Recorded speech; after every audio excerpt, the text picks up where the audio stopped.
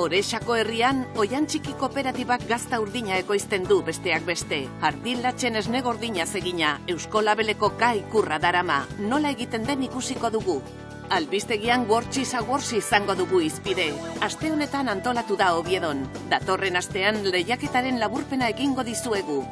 Leire Jauregirekin izan gara. Baskegurreko master amaierako saria irabazi zuen. Karabanetan zurezko estaldurak erabiltzeko proiektu bat aurkeztu zuen. Azkenik, oliba olio Eusko Labelduna izango dugu izpide. Azik eta Aprorak topaketa bat antolatu zuten Arabako olioaren kalitatea agerian jartzeko.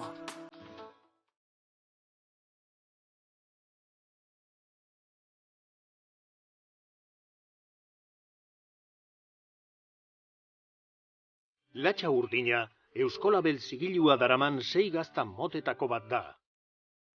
Behi, ardi eta hauntzesne ziurtatuarekin egina, Euskal baserrietako antzinako teknikak berreskuratu ditu. Orexako herri txikian, Tolosaldean eta ia 500 metroko altueran, gaueko isiltasuna da nagusi.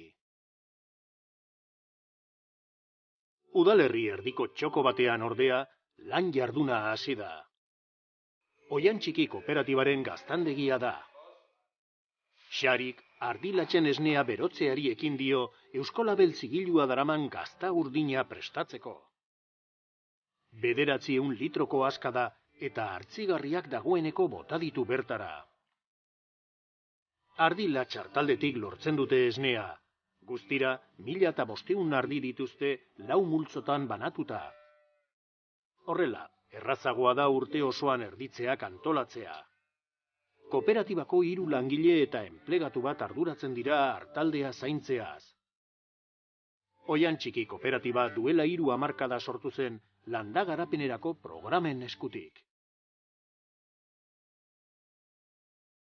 Orexako herrian gaude, Oiantxiki kooperatiban, orain dela 30 urte sortutako kooperatiba baten. Landa inguruko proiektu berezi bat jarri zuen martxan udaletxeak, eta bertan, sortu zen garailea izan zen, bai ardin da bai gazten inguruko ustiategi bat martxan jartzeko proiektua. Bertan, 10 kooperatibista sartu ziren proiektuaren barrun, eta baita Orexako udaletxea ere. Gaur egun 30 urte pasata gero, kooperatibak martxan jarraitzeu, hasierako baina askoz volumen gehiagokin, eta hortaz harro gaude. Idiazabal gazta ez ezik, latxa urdina ere merkaturatzen dute duela urtebetetik. Eta proba batzuk egiten hasi dira, hotzara gazta egiteko, hau ere, zigiluduna. Kooperatiban ointxe bertan 1500 ardi hemen dazkagu galkorrak. Haiekin gutxi gora bera 360.000 litro ekoiztu ditugu. Eta horietatik 200.000 gazta elaborazio eta bidratze ditugu eta beste 160.000 inguru esne gordina saltzea. Poliki badoa ere, latxa urdinari esker, Oiantxikik bere eskaintza zabaltzea eta merkatu berrietan sartzea lortu du. Azik prozesu osoa kontrolatzen du esne ekoizpenarekin hasita jakina. Gazta urdina elaboratzea, azken finean emate dieguna da batez ere produktuekiko dibertsifikazio bat, eta honek erakartze dugu esne litroko margen altugo bat eukitzea. Azken finean, honen helburua da beste-bestero berezi batzueta jutea, produktu espezializatuago batekin, orain arte bakarrik Idiazabala ekoiztu dugu, eta honek ez daka, azken ekoizle asko daude Idiazabalen ingurun, da ez du ematen negoziazio potere hori azken finean. Eusko Labeleko kalitateen barrun sartzea, azken finean, hortarako aurreneko momentu baten esekitu ziguten, esnea homologatzea, hortarako itizue bai barietatearen kontrol bat, latxa esnea izan behar du, kasu honetan. Esnearen jatorria nungoa den ezagutzea momentu guztien, trazabilitate bat eukitzea horrek. Hoi behin homologatuta, jutega gazta prozedura guzti hori homologatzea. Gazta urdina elaboratzeko fermentok botatze dizkiogu, eta gero poliki jutega esnea berotzen 35 gradu arte. hor gatzaria gaitze diogu, eta behin ja prendido dakanen, ja moztu egite dugu lira manual batzukin. Gazta urdin hau esne pasteurizatuarekin egin badaiteke ere, oihan txikin esne gordinarekin egiten dute. Beharrezko temperatura erdiestean, xarik gatzagia bota eta jalkitzen uzten du, esnea ore bihurtzen den arte. Alditxo baten ondoren, xarik orea mozteari ekin dio lira vertikal bat eskuz erabiliz. Gaztan bera prentxatu gabe egiten du. Gero, lira vertikalaren ordez, lira horizontala hartu du, urritz baten tamainako pikortak lortu arte. Gazta prestatzeko fase bakoitzean dena apuntatzen dute trazabilitatea ziurtatzeko eta gaztaren formula ahalik eta gehien doitzeko. Xarik orain duna izan da mamien mozketa, bi fase ezberdinetan ite da, horrena vertikalki mozte dugu, kuba guztia eta gero horizontalki. Orduan lortu nahi dena da urran antzeko tamaina duen mami bat. Gero, utzi behar da reposon 10 bat minutu eta agitazioakin hasiko ginake. Horrekin lortu nahi dugu pixkat mamia borobiltzea eta bai desueratzea hobeto mami guzti hori. Behin hori indakoan, ja hasiko ginake moldetan sartzen da gazta moldeatzen. Moztutako ore pikortatua pausatzen utzi eta 40 minutuz edo ondo nahastu behar da dena. Denbora hori igarota, xari eta unai gazta moldeetan jartzen hasi dira. 3 kilo eta 3 kilo terdiko gaztak dira. Aldi berean, aska usten doa. Gatzuna eskuz egiten dute, lehintz gatzagako gatza erabiliz. Oihan txikiren latxa urdina gaztak 2 egunez uzten dira giro temperaturan, eta ondoren, ontze ganberara eraman. Bertan gutxienez 2 hilabetez edukiko dituzte, esne gordinez eginiko gazta guztiekin egiten den bezala.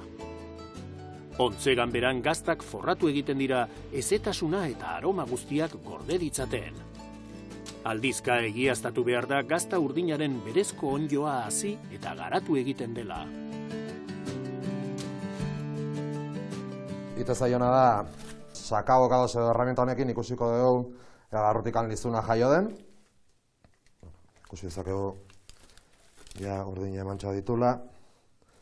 Horrek esan nahi du, ja lizuna jaiota dela, eta momentu honetan, edo lehentsu ere, gazta preso egongo litzake, enbalatzeko.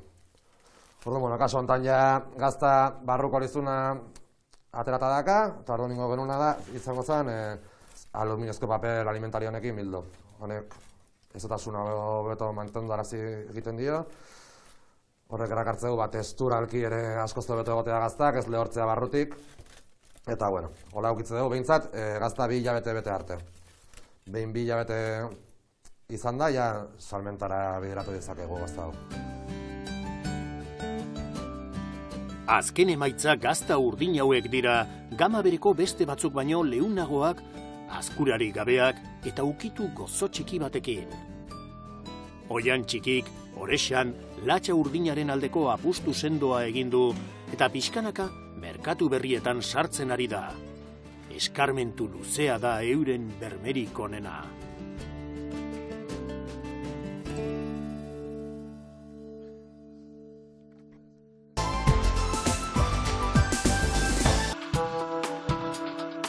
Aste honetan, Wortxiz Awardsen beste edizio bat antolatu dute Oviedon, gazten benetako olimpiada.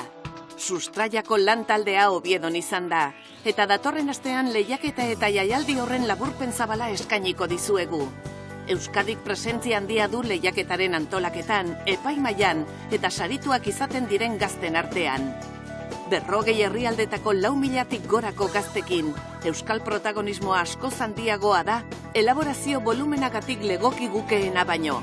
Donostia lehiaketa eta jaialdi horren egoitza izan zen.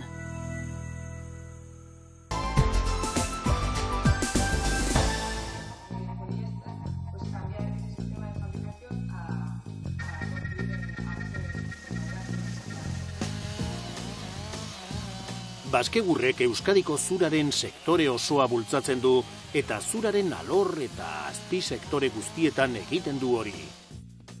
Modernizazioa, bultzada, berrikuntza eta ikerketa funtsezkoak dira zuraren sektorean.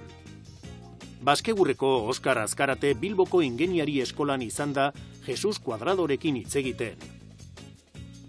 Euskal Herriko Unibertsitatearen eta Baskegurren arteko lankidetza oinarrizkoa da zuraren euskal sektorerako.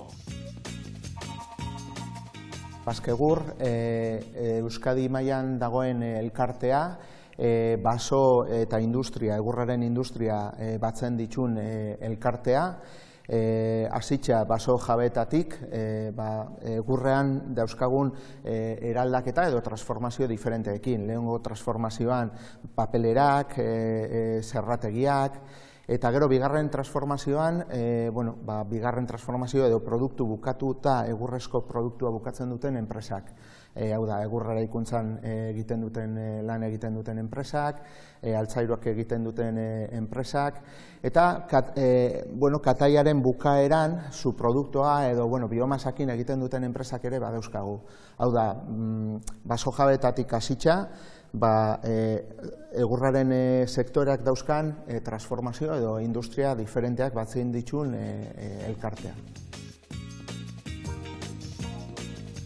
Ingeniari eskolarekiko harremana estua eta etengabea da eta hainbat arlotan gainera.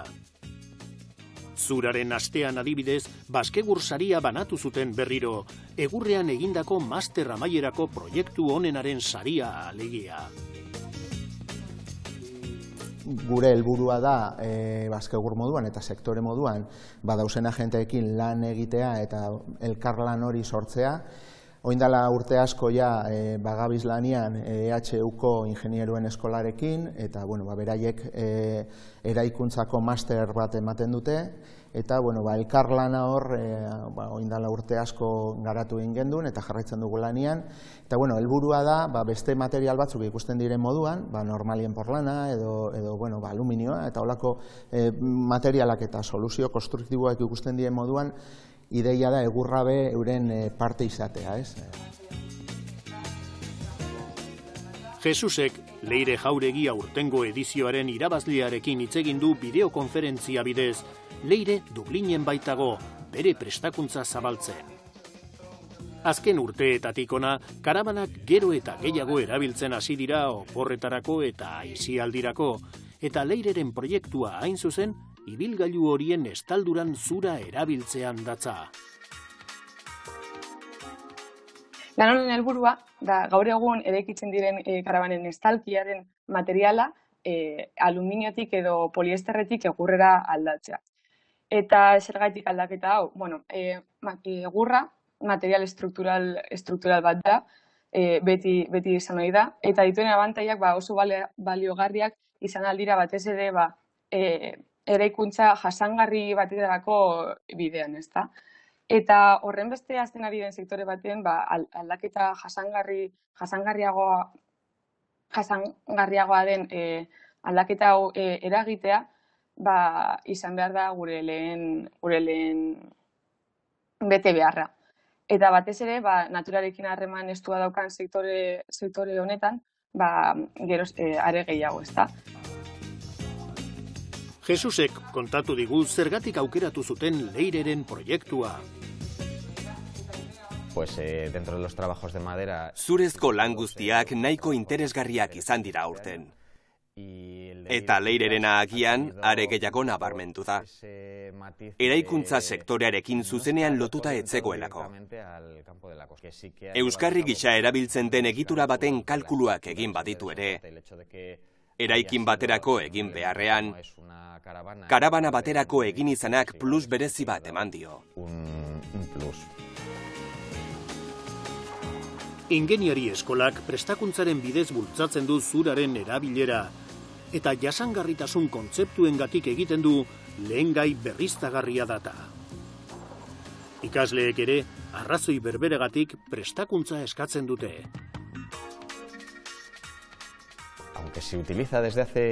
Material hau aspalditik erabiltzen bada ere, 2006 urtera arte ez du araurik izan. Zentzu horretan, gaur egun ematen diren titulazioetako askok ez dute zurarekin lotutako irakasgairik. Guk gabezia hori ikusi genuen gure ikasleengan, eta horregatik planteatu genuen zurarekin lotutako master bat ateratzea. Horrela, ikasleak lehen urratsak ematen has daitezke egituren kalkuluen munduan eta egurraren munduan. Gero eta ikasle gehiagok abantailak ikusten ditu zuraren erabileran, eta Leire horietako bat da. Egurrak beste dozein materialik ez daukaten abantaila bat du, eta abantaila hau da, bere hasten denean atmosferatik CO2 hartzen duela, ezta? Beste abantaila hori ez dauka ez dituzte beste materialek, eta horregatik da horren garrantzitsua material hau, material hau eraikuntzarako erabiltzea. Batez ere gaur egun eraikuntza jasangarriago batzuetara transizioa egin nahi dugula, egurraren abantaila hau erabili behar dugu. Lehen gai honen erabilera goranzko bidean da, dudarik ez. El hecho de que 2006 urtera arte etzegoenez egurrezko eraikin bat egitea ahalbidetzen zuen araudirik, jendea behartuta zegoen beste herrialde batzuetako araudia erabiltzera. Frantziakoa kasu, zurezko eraikinen egituren kalkulua egin ahal izateko. Aseguru etxeekin ere arazoak zeuden.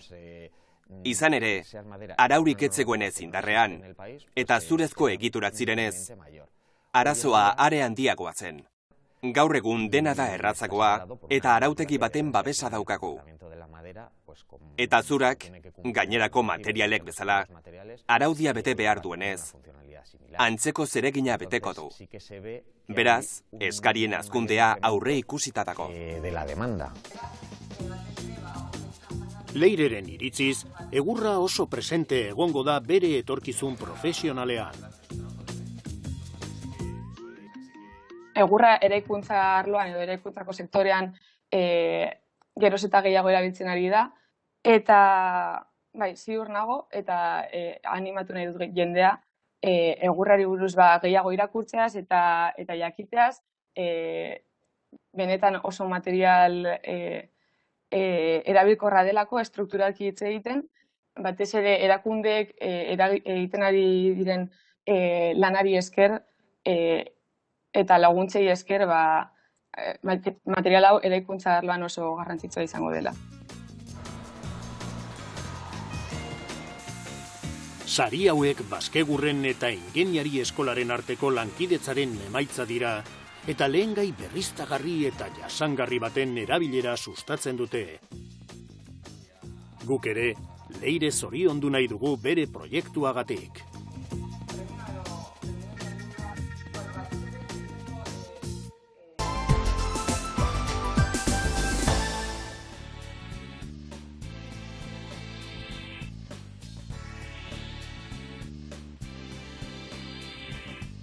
Arabako Errioxan, mahastiak lo geratzen direnean, udaberrian osterantzean iratzarri arte, olibondoak zoragarri agertzen dira.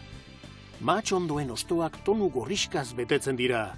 Olibondoek ordea kolore berde bizia hartzen dute eta olibaz beteta daude.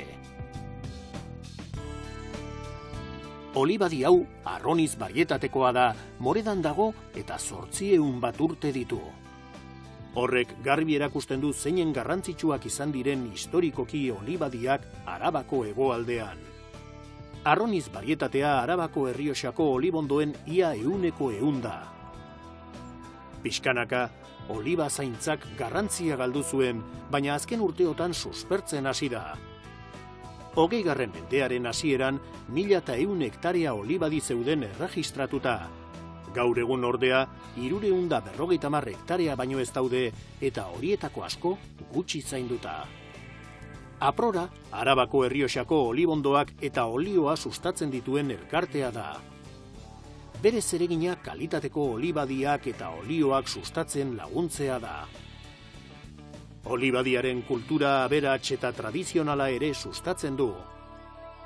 Gaur egun 40 bazkide dira, gehienak ekoizleak, baina eskualdeko 12 oliomarkek eta $3 ere osatzen dute elkartea. Azken 15 urteotan egindako lan handiari esker, 80 hektarea olibadi berri landatu dira. Olibondo autoktonoen lursail batean gaude. Arroniz motatakoak dira eta 800 urte baino gehiago daramatzete gurekin. Ikusten dugunez, olibondo hauek guztiz irekita dagoen enborra daukate. Hau da, ardatz bakarra izateari utzi diote. Eta 4 edo 5 beso izatera igaro dira. Olibadiek hartu duten bultzada posible izan da Arabako Errioxako nekazari sutsuei esker. Bizirik mantendu baitituzte olibondo hauek guztiak. Zuhaitzak gaztetzeko inausketak eginez, eta horrela gure olibadiek 100 eta 1000 urtez bizitzea lortuz.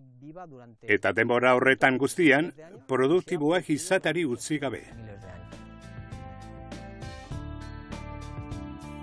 Landaketa berriak mekanizazioa errazten duten sistemekin egiten dira, eta beraz, nekazarien lana arintzen dute.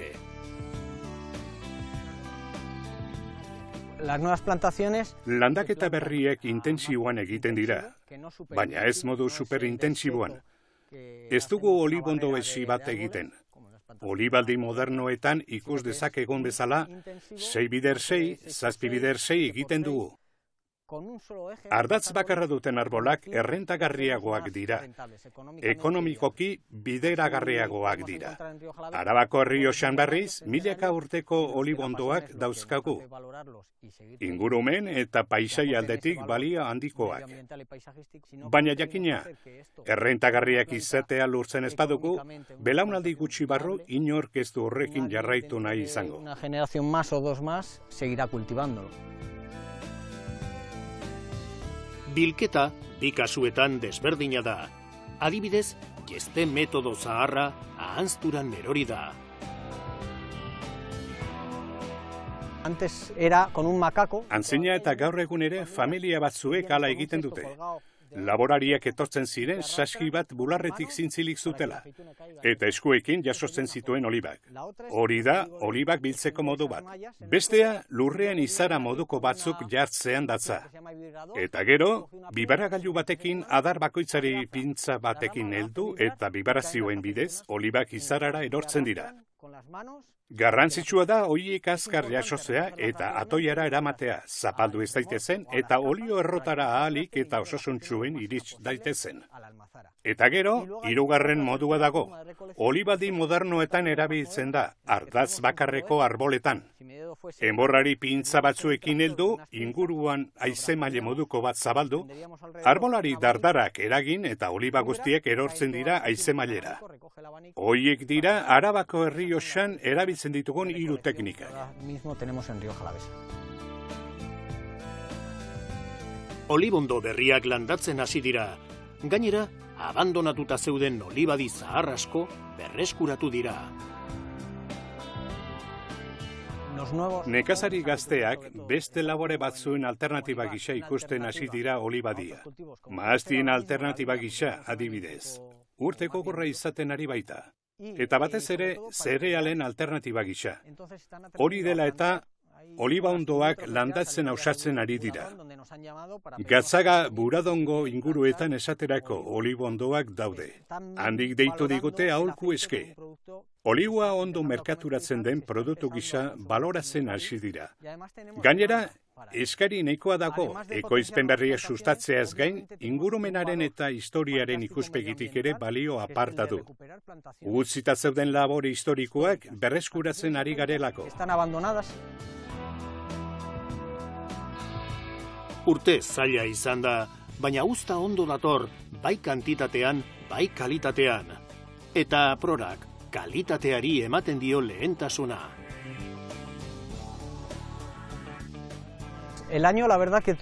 Udaberria ez zen guztiz txarra izan. Iazkoa baino lehorragoa izan zen. Eta hori esker, loraldi oso bizia izan genuen, oso ondo joan zen. Eta orain oso aurreikuspen onak ditugu, uztaren kantitateari dagokionez. Udako lehorteak baldintzatu bagaitu ere, iraileko azken euriteekin aurrera egin ahal izan dugu. Orain, urrian, euri pixka bat egitea komeniko litzaiguke oliba loditzen amai dadin. Eta kalitatea honekoa izan dadin. Olio errotan lan egitea errazagoa izan dadin, oliba urez justu xamar sartu behar da. Uste dut, urte ezin hobea izango dugula. Jorgek oliba batzuk daramatza poltsan, finka horretako hainbat arbolatatik bildu ditu eguzki orientazio ezberdinetatik. Oliben heldutasun maila aztertu behar da biltzeko unerik egokiena noiz den jakiteko.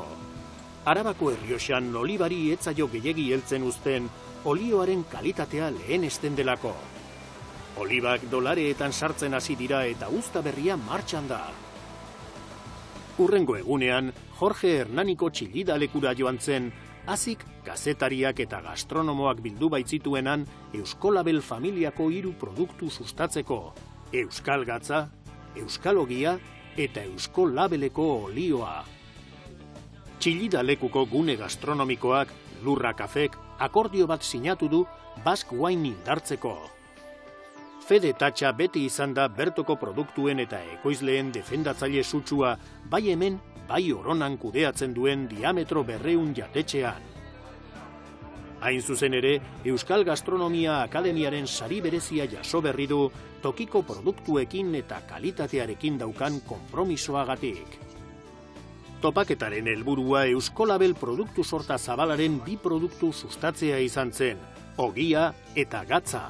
Eta bide batez, baita Arabako Errioxako olio Virginia extra ere, ez baita oraindik oso ezaguna, kalitate handikoa izan arren. Orain arte ez ezagunak izan dian produktu batzuk ezagutzea ematea da. Ekarri ditugun pertsonen artean, periodista, blogero, influencer eta horrelakoen artean. Iruditzen zaigu gure label senitarteko hauen artean baditugula batzuk ez ezagunak. Batzuk berriak dialako, Euskal Gatza edo Euskalogiaren kasu, eta beste batzuk izkutuan mantendu dian sekretutxo txiki bat dialako, gure Euskadiko olioak bezala, ez da egiten dugulako oliba virgen extra olio bat Euskadin, eta iruditzen zaigu horrelako modu bat, hau dela modu bat ezagutzera emateko. Davidek eta Pablok laburki aurkeztu zituzten Euskolabel produktuak, Ogia eta Gatza. Bi kasuetan horien ezaugarriak azaldu zituzten, izan ere Euskolabel familiako produktu guztiak bezala, euren kalitate, jasangarritasun eta produktibitateagatik bereizten baitira. Euskalogia es un producto recientemente... Euskalogia Euskolabelek duela gutxi ziurtatutako produktua da. 2020ko urrian merkaturatu zen, eta hau da lehen ekitaldi publikoa, hazik babestua. Gainera, leku zoragarri batean antolatu da, Txillida lekun. Ezin genuen erakusleio oberik izan produktua ezagutzera emateko. Gu azkenak gara Euskalabel familian. Talde bat, izar talde bat gara, eta jendeak ikusikin behar gaitu. Izarrek argi ematen dute, baina non dauden ere jakin behar da. Nortasuna, lurraldea, benekotasuna, elkarlana. Horixe guztia da labela. Olioa izan zen jardunaldiaren ardatza, eta Jorgek Arabako Errioxako olibondoen historiaz eta olioa egiteko prozesuaz hitz egin zien bertaratue. Kalitatearen arrazoiak ere nabarmendu zituen. Ondoren, 5 olio mota kalitate ezberdinekoak dastatu ziren.